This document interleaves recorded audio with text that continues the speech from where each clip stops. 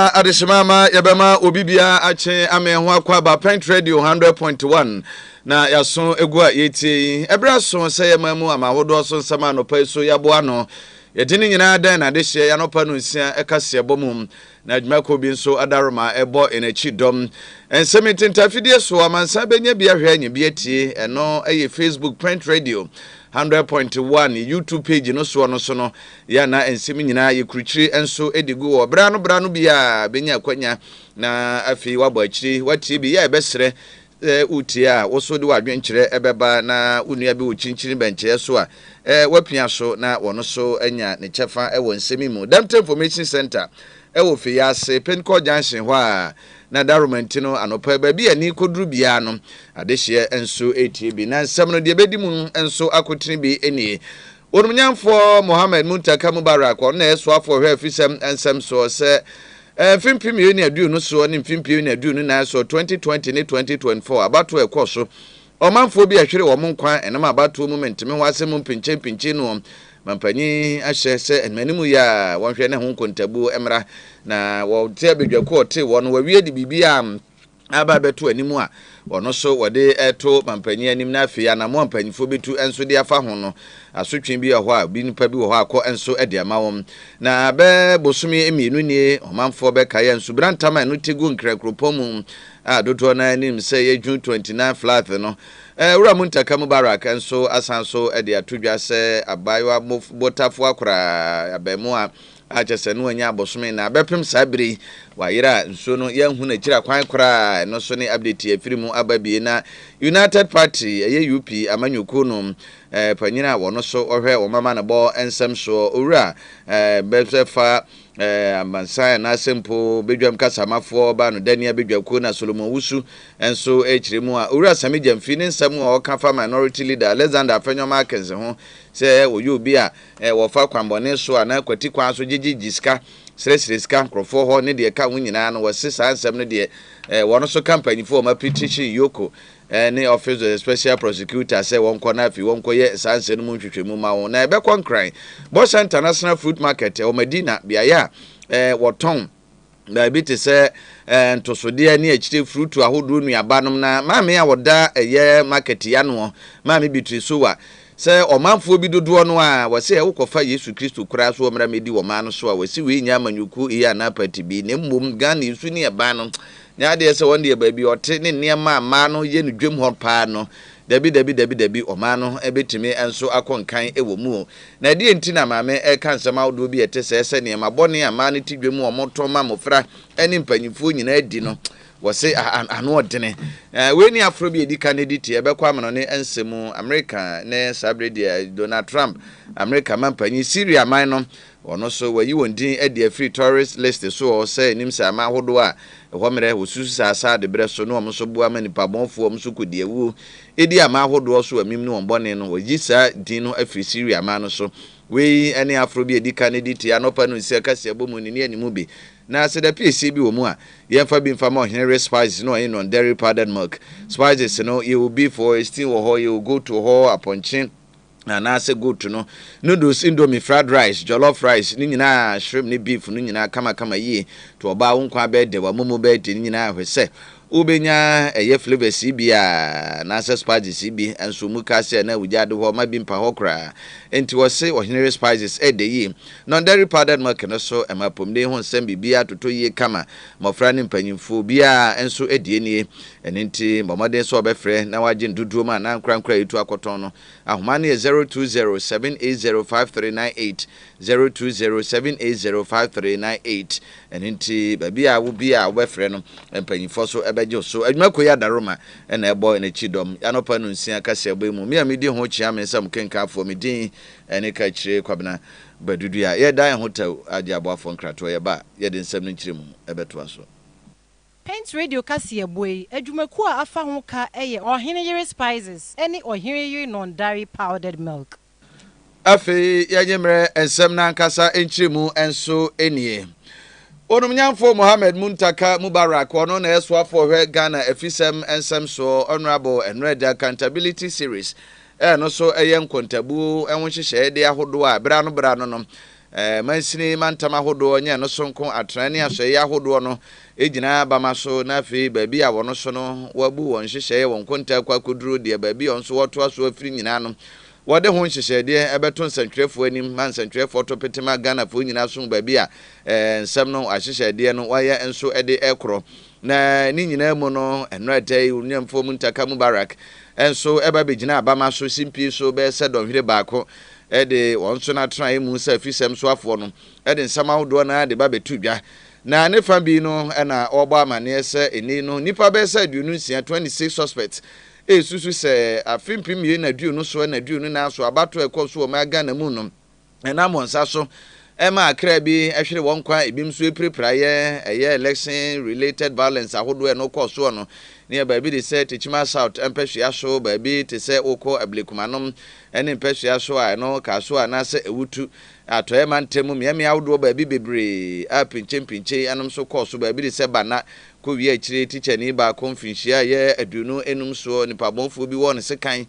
ni nyina won so hwere ne nkwa nyina no wose sabiri ehun kontabu no awie mu die na sade mampanyi ehye wono so na tran no tu anamompa bedwaku omo Yesu masenhwemu ahodo no a na wawie ekowie akire no enipa be sa aduno 26 na sabiri de wode kwadu enso ato ntire so na ebese aduonu num de sei wo munyina gina daka mu ane aban enso ene wo mudi a yetototo ano a entwase Ghana fo sade mampanyi mama hye ho bɔ no wonte nai cases ya ka ne suspect osusu se obia so betimi agina kunwa nanim na afi emra ne safo na di nyina no wasi osisi safo nso do makwa kugina emra nanim enti wasi investigation no so akoso a na ogusu aso eye sade mampanyi ehye wo mo no enti mrepamu no di tuamu bia a woko anim so nhye bia so ba bepie mu a wona o ma Ghana fo enso aso ensi e wo ho sei na interior minister editudwa. We have this election violence that we've been working on for the past 18 or 20 months. The public will recall that on the 10th of January 2025, His Excellency, the President of the Republic of Ghana, His Excellency John Dramani Mahama, took a firm and necessary steps to protect the integrity of Ghana's democracy by directing a thorough and impartial investigation into all incidents of election-related violence recorded during the 2020 and 2024 general elections. Subsequent to this directive, the Inspector General of Police constituted a special investigation task force under the Criminal Investigation Department (CID) of the Ghana Police Service to undertake the investigations and give effect to the present directive. I had the privilege of presenting the initial findings of the task force on the 4th of November 2025. Today, pursuant to that report and the investigations that have continued since then, I present further updates on the progress made and the cases pursued and the steps being taken to ensure that those responsible are accountable in accordance with the law. Oromanyamfo Mohammed Muntaka Mubarak ono na eso afo hwe fisem ensem so interior minister ono aso na aso asem rahye bedwani honorable Amina Nsonwara accountability series mu ensensem no ano na wosan so ebo amane se be bosumi mienu nie Ghana entam kese ensubrantam no etigu yensu di nim se twank no yenhira eboama no baiba sase so ye from no ne ade ne enyansu edidi enwuma ahodo yensu ahodo so no emu boboboma eninti nanka koyi nhira na we de etigu ye a ne kase mu pa ne takase konkrekropo no mu a eho na manfo dodo no aho eka ye no honorable enso de atodwa se enipa ebe se aduasan kron 39 ena ya de se wo hwere wo nkwa ye June 29 plaza no ekoso wo Ghana mu amantama hodo be se ensia ene no so no ho eka ye no na honorable se hu nkuntabu no ene bepem sabiri no enipa be se aduasan kron hwere wo nkwa 39 lives no abofra abotafo akra ba mu a wono so na afei enwanya abosome enso no bepem sabiri nya de se na mu kura no yehunu ye akwa ya abre ho sempa na wo chiche mu a hwe mansina hodo no ka ye no wose wo hwe a Greater Accra na senkramantan mu no na ne kase pa ekoko wie ye ni nyina mu no enipa be se aduasan kronkran wonko a 39 na hwere wo monko a wohwe nipa dodo so omo kan ya nipa be se empem aduokono baako ahenkron aduotwe nkron 91989 ni nyina mu no afie ahodo so a beka sese fie ankran mo so ho kan di bugu ye di mu nipa hwere won kwa di nso wura mu no ende so ebe se empem du nwotwe ahasan aduokron nwotwe 18939 na district anase mensina hodo so a won so ho kan ye no aduosonso anase 77 district na mu bu nkuntabu ne ho hyehyɛ de ahodo nyina no honorable egbo amane se enkran okani nyina bomu a eno no enipa be se empem no aduonum sia ene aduonum mienu 56022 na omoso eho ekan ye na ahwe district no so a district no be se aduonu enso anase 27 ankran na record dodo no a nipa du nso na hwere won kwa emfimfiri mantamu ohwe wono ho kan ye nipa be se empem aduonu ba ko henwotwe aduotwe mienu 21882 ni nyina mu no mansini dunsia 16 district na omoso ho kan ye nipa nwotwe emfimfiri mantamu central region enso na hwere won kwa framantamu ehwe hasoda na amanfo nso ho kan ya eno ene to so miensa nipa no enye empem nkron ahenan adusiensia 9466 no so no 7 district ene ho kan ya eno so nipa 9 ene hwere won kwa ba santemantemu a eno so no wono ho kan nipa be se apem ahenan adusia baako 1461 mansini be se dunsia 16 district enso ene ho kan ya western up enso ni di so a wom so ho kan ye no eye nipa be se empem enkron anase ahenkron aduasa enso 937 no so mansini be se ensia no ho kan ya no so nyaade sa santemantemu ne western up mpehia so no adehye bia enso ehwere won kwa na ono abo eho so sei na wode emu ensama hodo no enso editu dwa ni nyina accountability series adwumadi a no ekoso no mu na amanebo nyina efiri ebae. And then we all recollect the sad incident that hit us on the 29th of June, where 77 districts were affected in 7 regions nationwide with the flood. A total of 91,989 persons from 18,398 households were victims of the disaster. 1 person remained missing for a 4-month baby guy at Guy East, and 39 deaths. And you can see the table that we provided. The regions, Volta region, the number of districts that were affected was 7. The total number of affected persons was 9,466. The total number of deaths were 4. Greater Accra, the number of districts that were affected was 27. The number of persons that were affected were 56,022. And the number of deaths that we had was 17. Central region, 16 districts were affected. 21,882 persons were affected. And the number of deaths in Central region was 18. Western region proper, 2 districts were affected. And the number of persons that were affected was 2,031. In Eastern region, only 1 district was affected. In Asante region, we had 16 districts that were affected. 1,461 were affected without death. Onomanyafo Mohammed Muntaka Mubarak enebi ene ekotie yin United Party enso ene atintim krata de akoto attorney general anim enye nonkon ebi akwa ma office of the special prosecutor rekisi jaben eda no ne shraj ni okomunyina said manimu ya Urumyafo Alexander Afanyoma kenso edo nkuma no ba no dani esanso ejinamu se efutu mrahye bedwani no yenye nhwehwemu na krata yi ekoya communication director Resolomo Wusu ene on legal director Andrew Apia Dankwa ene on sashen krata yi ase na de woka nyina ne se kwadu chief executive officer Ura Samijamfi magoda good board nano edi betu dwa na no dance ntwefo nhyiamu ano so efre yeso Ura Alexander Afanyoma kens don kuma no ba no dani no oye extortionist ye kase obi extortionist ya obi a wofa kwati kwan so na ada asiri ska gigiska ewon krofo ho ana se obi adamudi efa kwati kwan so ejejeje eniema hodu bi a se ibi atoda wobenya tumi bi ana moa bi ebefiri mu aba ne hoja hodu nyina ne no na panyi kire se da bi obi odadom keze na no tisi mrahye bedwafie no ni kwa se ommanfo so sa nti wande wogidie mapase ensem Owura Samijamfi ka no we mranim ni wonim de oka we manyuni no akire so kra no wasanso ye mranim ni nti no no kure bi bewom a chese Owura Samijamfi obetimi aba ba kire mu adansidie na ni nyina no kowie 22 billion Ghana you say woko US dollars ni mu a no so 1.7 United States dollars a billion so say good board chese ni no good board any Bank of Ghana dwom kokodi ye no good board wato good waboka nti wo say oba be kire mu ne mu no Owura Samijamfi friends and twefo nhyiamu a wode nsema hodo de to dwa ne mu no opiem se obi a woka sansem no de afa no ho no se wono sami jamfi na atogodu aboka no moka no akire se wohwe amanfo echecheche wo ma ga no nsu se ye donkuma no wo ma chitafo NPP adehye na niema yebusa so wo mfanye mpatade anampokura no ensihoma me ye kaginamu ansakura ne agya mo abeka se be condition no ene sa 1.7 billion na $60 ne de ene inim sika beba befa ba na no wura sami jamfi bubo bodin tututu din a se wura Alexander Fenyoma Kens no kura no obi a wodam na ada kwan so gigigi ska free crofo e friend na yes torsion no enu nti eno wura Solomon wususu gina so a ne ye kasai United Party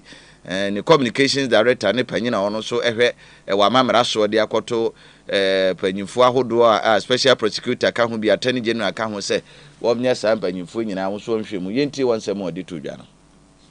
laid bare, and that is why we have petitioned the Inspector General of Police, the CID boss, we have petitioned Parliament, we have petitioned the Attorney General, we have petitioned SHA together with the Office of the Special Prosecution, so that they go into the matter. I'm sure the Sami Jemfi would have evidence to suggest that indeed Afenyo made or actually engaged in acts that constitute extortion. Ora Solomon Ousu wano na ebedwam kasamafo ema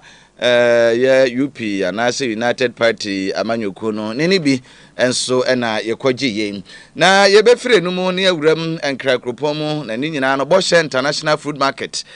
no so ewo Madina empehwea so na ye biaya ene se enuaba hodo ewo Ghana mu nyina wo pebi ato no otukoton ne ade nyina ne okwa fruit nuaba ne de wo hopa woton wo ti se yanka kwadu ni abrobenom ene melonom ne nuaba hodo a enim ni nyina ho na ukwa ho de fruit market shede yi no na maame a wodaku ya no ene maame eye bitri so wa wono na ebo amani se wono ankasa ye batan wo ye baabi wo ye Ghana ni de hye na niema wo hunu ni dwem ene de eguso a ekoso no wo se Ghana ha baabi ekwa kuduru no won de won kasa ye party we party bi ni NPP ni NDC sem na nya amanyosem na nya Ghana mampan na adam kwa akufu ado breso na nya mampanyi mama breso na mmom de wono hunu pa no se ekofa na gya Yesu Kristo won kra de wo se bra Yesu so ma medi wo ma no so kra aboboa Ghana no enye ye bebre na wo so wo mo ma ya abatan wo ye ma ewo dwem ho no enema hodo abi hyeda bu wo mani eguso enuaba bone de apropro a mansan pa ni da ho no wo hyeda faton san so de ma empo bi kura amofra nim se enuaba de ene enkwada nye bia nse wahu anka se orange na tangerine no wahunu kwadu ni abrobe no nse mofra de ene wo ni de akira abopepa ma minim se aduaba wo koton apropa no watwitwa ho na yese bi kura wahye niema hodo edi hye nuaba yi a wo dwem ho kokoka a ne wo sibiri bi kura ne ono ankasa kura ye ekokoto ho twede efre FDA edito wo manim ma me ba ko no atre ne nsakura wo no so se enuaba apora wo mayi agu ade ama bobo yase wo monkonkoto mu bolafo no no de wakwa kugina no ayiyim enim de okwa yo behu no atwitwa wo ne so no woton kobo abdi ama ne yes wo ntwere krata mfato so mfamera nti wo sesa ne ma akoso ne de wo hunu ne ade nyina ne de chese Ghana ne de ba bia yigina de dabi wose ne Yesu ba kra no a wono ni gidie mu de se de ma me bitri so wa a wono yo ba hema Akan madama Boshe International Food Market Madina nkrakropom no chese dabi Yesu kra ba ni Yesu ni eba ne yewe ni de Ghana ne de dabi enyi intibi Missy Ghana ha ye padra Yesu che so be president cry bebre when ye ndis ni MPP when ye mama ne akufo debi ye oman ye life show Ghana me ka chiro asepa me ka chiro ko dani mpom wo schools ni mu na emi mobo na bese last year me bu ma me bi go free police ni nam se me train no fruit na apoto no no be sisa mania ma bolaka no be sisa twitwa ho no wa hihye ni kama no de coaching nti me free FDA ni no se me show letter no be se I don't know be se me what I say Dia na wompese meye ma me bitri so wa wono na ye oba hema enso ma eye Madina food market no so e won krakropon no mu odi na ne ehunu ho adansidie ne sentwefo enua kwabena sante o manhene adom TV adom FM na se multimedia di ahiemu na sa nsemi nyina enso ma me ede eba betu dwa wo sre food and drugs authority ene nkankan assembly no se wo mo ba nko yesi kagege nko a se bi o mabadwe no mu ne mum niema hodo a wo mo so no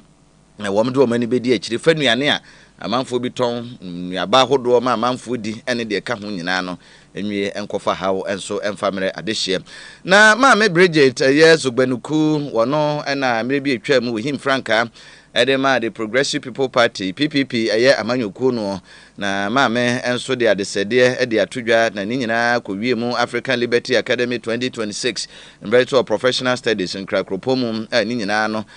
wode adesede to man anim se enhyehye ya se amanyoku ahodo abamu mpanifo ahodo ebeba nyina no ma no yeye no ewo se yede anida ho kwan so pa eto ho se we di ayeye ebeboa mo manfo asetrem yedi akonkan livelihood no wasi hia pa na nkonko ese just economic numbers ni abedwa yenum na inflation da sei ene number ni ababe kana ratio to GDP ni abobo number ni akeka no saa na inflation na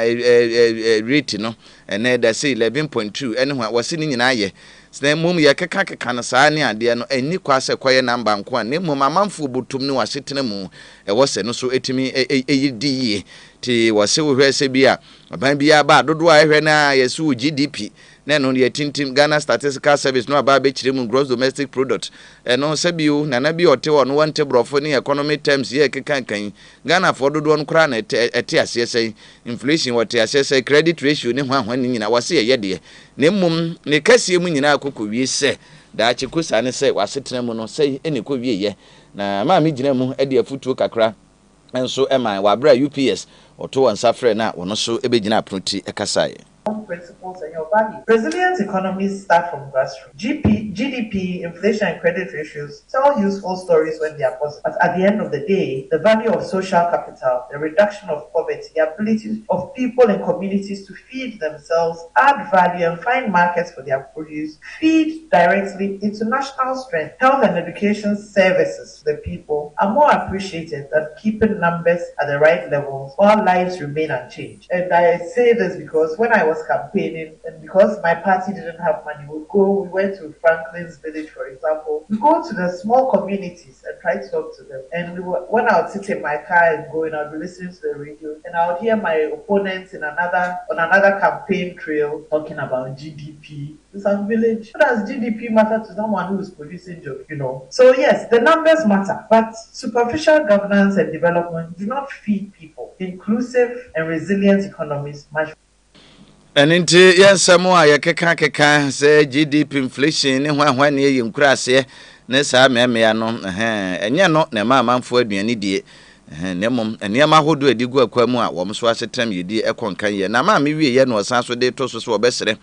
young politicians anase wonu asisu ani wo ya amanyosem ni nyina ne ma hodo a wo so edi nkonwa wonu adaachi wo beba no so obesere wonhwe se enema obehyehe nyina hyehye no be de betimi ate ohia so ebebie nyuma na fi aboa ankrankre enyuma hodo a ya bebie o magana local businesses no na fi apomde ho nsem so quality health and education no masua no so ya de hia pa na afi wo moso a dodo no a so eba amanyosemu a emumabunu dodo no wayi wo so nhyehyeye ani mudi ato nchen principle na ne nyina se party position ne gina hade na hade ne no aka wansi asitu twan me de hana mo hade ho ne wiye guye ye de ebo emra ne se haye bank ye ne sa hwahwani no wose sa ne mani wokora ne mum ye amanyosemu a mabunu no wonye de daachi ono so de mfaso de ebebre oman no Issue. Any system that excludes half of its talent weakens its own capacity to resolve problems. And if your generation is serious about doing leadership different, then inclusion cannot be an afterthought. It must be designed into every platform, every party, every institution, and every policy from the beginning. Where are the youth?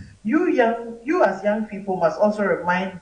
demand that your voices are heard. Do not join groups and political parties only to maintain the status quo. You must be willing to change something. Sometimes it will be easy, other times not. But you are committed to a certain vision and you will not quit until you see it through. I have seen younger people join some of our political parties, and when they used to speak objectively, suddenly switch and start to toe the line of the political party. And you're wondering what happened to this person, only because you are afraid to stand by your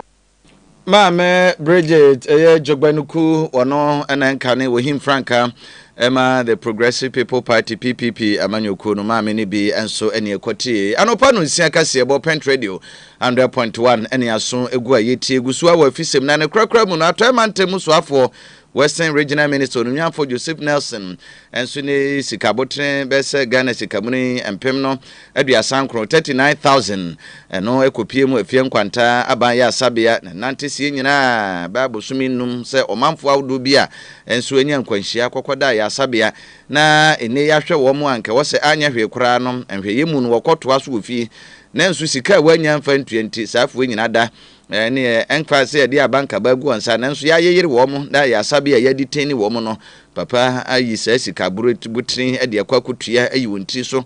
san konso yi nyina na papa kokosra enu Emmanuel Etru wono ohwe video no ba monten so no call viral na social media so se papa yi anya hwe kura no 39,000 Ghana cedis e ka wode na be a waso di etua nkwanhia wonya ye ne de kokoto ho surgery ahodo mo ye nyina mfie nkwanta ba ya sabia no so ewo atoemantemu no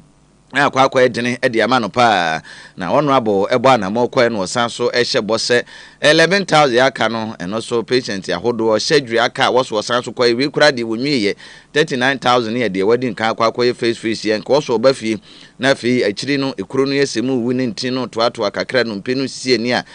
no so akwa ye nkae no eno so no abo ahye ho bo na wasi we nyina hwe se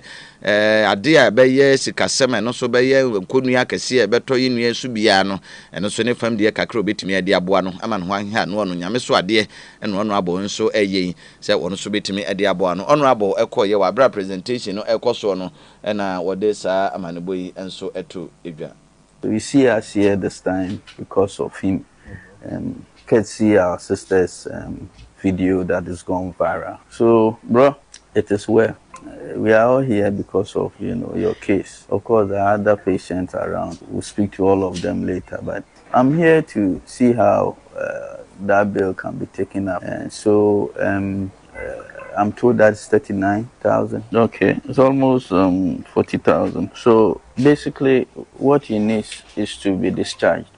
What he's told us. The next thing is about the surgery that is coming up. It's also important that we plan for it. So I'm going to really 11,000. So I'll take that up so that it will not be a burden. For Joseph Nelson and so ayato mantemu swafo na fie nkwanta ban ya sabia ato mantemu no kopie ya sa yedie sika botre 39,000 Ghana cedis kan sika 390 million a ochese okekasi na almost 400 na okoya yenu ba ko a Joseph True onya nkwanhia na afi yekokoye operation ko wi akire se be yi no amana kofie onya skanti abosumi num ya gena to a ya udaso da ya sabia ho ano okoya okoyi ni tiso ade sa sika yie ye gina so ahome age aboafo nkrato ye ba ye be kwa menone midofo a minni hu agro na say die waduane ne da no ayesronko anio mura ohinere spices abefi aduane de ayesronko ohinere chicken seasoning se wo toto wo chi ana wo ye akokọ nam ho bribia fakakra som froye no ohinere stew seasoning no be manageta jollof no ohinere jollof seasoning ma no hwam ni odew mu odew fried rice no kra die ohinere fried rice seasoning e ma no fredwa frede aponchin kakra no me do ohinere go seasoning na ye asam na se mira ohinere seasoning powder ya woni beef shrimp noodles any de keke ka ho anunsu ede aduane ne hwam ne de no ubedie dibio enti obapa ohinere spices abama yen aduane no aye dedede efise ni die ne nso aye dedede ohinere spices edeye e wodwa hodro mu eto phone for 020-780-5398 and 0244-525908 FDA agi edwadien kratoi atum. Ye bewie ensem ni nyina nkrofo ama so na Syria eye man ba ko awiase fa na nyina America man no esu se wono a wode ntopa ye kwade ewu ahodo hye wo ho edi bone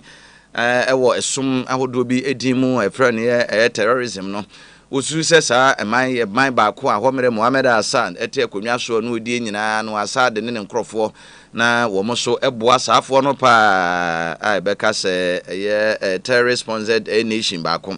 na ene no nanu ada ya ne koba sa fi twa mu ne won so ye dom ma asade ne nkrofo etu na konwa so Ahmed Ashara wono na abedi Syria ma no so na Donald Trump July bosumi num no de betu dwa se ohwe Shara ba ye no wa na fam de pa ma sabiri de sa ke terrorist wo mo sampatem utu wona se Israel ma no enso eboa sa ne fa ba bi eninti wa hunu sese de wo matoto niam pa enti dia na da wo so se wo so ye terrorist nation no oyi e de afiri ne so na wase wo mere no wo kenka niam asi ani ne de na ekoso na no si da bi wono ane ka Donald Trump America mempa ni wasesa na adwene na we de wa ba monten so officially woni Shara de ahia mu kire se wo hu se niam asesa pa enti Syria state sponsor of terrorism list ya no ka ho bi no sabiri de yi ne din e de afiri so na Syria ma hodo be se Pakistan ne Iraq no nyina no no mo so e de dada so bi na sese de ababa ye amamra bruni be ka so officially no ye yi sadin no enso e de afiri so Shara hs we no e ya bakosem historic man no as sese de Syria man no ejina ne na so na fi watoto eye ne niam bio se oman ye be gina so ne anopa no nsia ka se boy e de si emfa sedan bi emfa mo Henry spices no Henry non dairy powdered milk na spices no flavors no nyina bi ho chicken beef shrimp jollof rice ginger rice garlic